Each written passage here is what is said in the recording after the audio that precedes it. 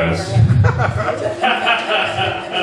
Someone just came up to me and said, hey man, are you one of the comics for tonight's show? I'm like, no, I'm one of the male models that flew in. Thank you, man. You're not so bad yourself. If you are sitting next to Shaq, I may take you up on that offer. I'm not getting my ass kicked during this contest.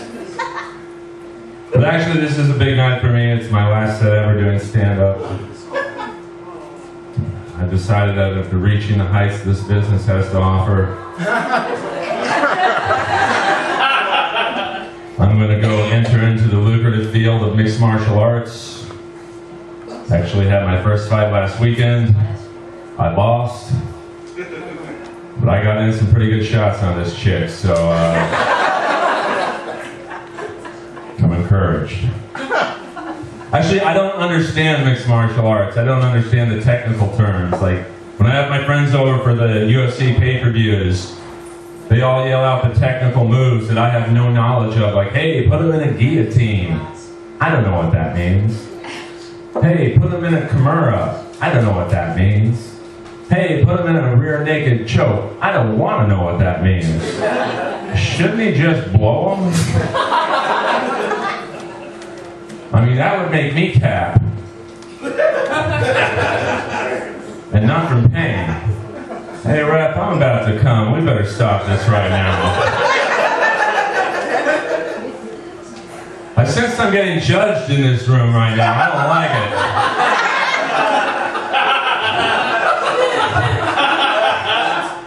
it. This is not America's Got Talent. And by the way, we don't. How bad is your ego as a performer that you have to look out across at David Hasselhoff and go, hey, am I any good? This guy was outacted by a firebird.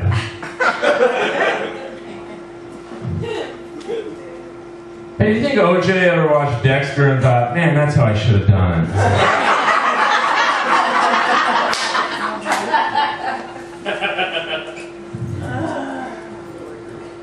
Thank you, sir.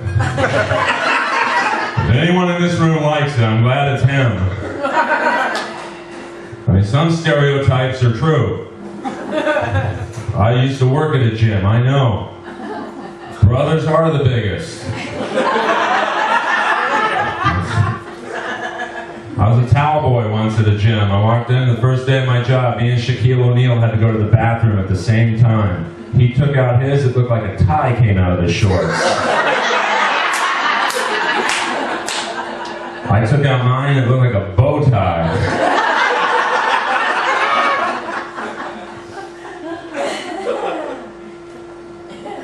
I was reading a biography on the Village People the other night.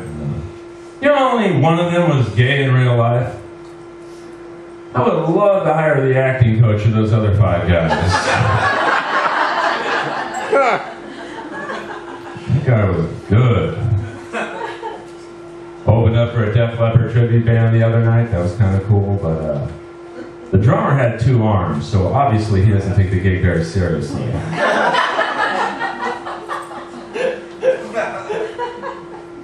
I decided to start a new social networking site for white supremacists and racists only.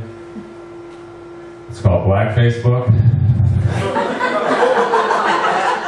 Come on, the black guy laughed, it's all good. So far I've only got 2 friend requests from Mark Furman and Kramer.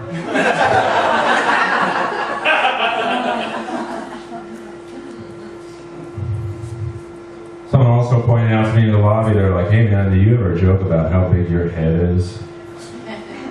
It's kind of rude to say to someone you don't know, until I went to the restroom and looked at the size of my head. And, my God, I do have a big head. I mean, my head is so big that if I was riding shotgun with Kennedy that day, he'd still be alive.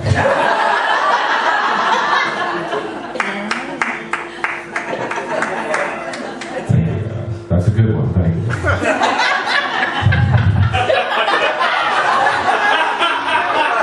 Who knows, maybe I can get on Last Comic Stand one of these days. People ask me, Earl, why don't you do Last Comic Standing? You're pretty funny. I'm like, well, that's the reason I don't do it.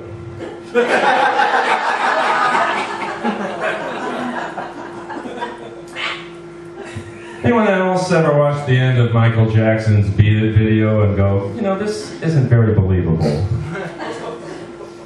When Michael Jackson breaks up a fight between the Bloods and the Crips, and then leads them into choreographed dance. I mean, give me a little believability.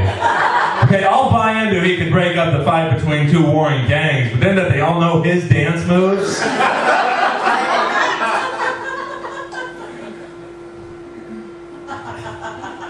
I had an audition today for Roadhouse 3. I didn't even know there was a 2. What loose ends weren't tied up at the end of 1? By the way, does anyone know if Swayze started Ghost 2 yet? I mean, no joke is too soon, sir. How dare you interrupt my set? I was doing 9/11 jokes before the second plane hit the tower. That joke too soon? Too late.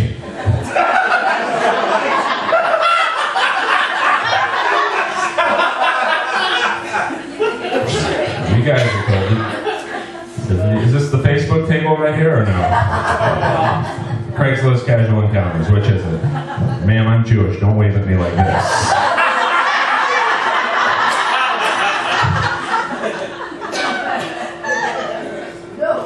Yes. No.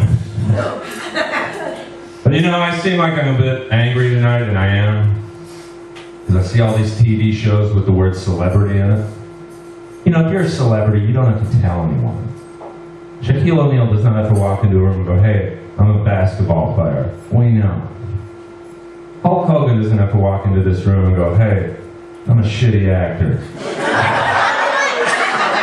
We know, brother. You know. I was watching Celebrity Fit Club the other night. I didn't recognize one person. Except for Screech. You know, when Screech is the heavy hitter on your show, you've got big problems. Then you've got Celebrity Apprentice, you know. One of the people on this show was the girl from Deal or No Deal who just holds up the suitcase. Is this a talent? And then you've got Celebrity Rehab. You know, they could have just called that show Rehab.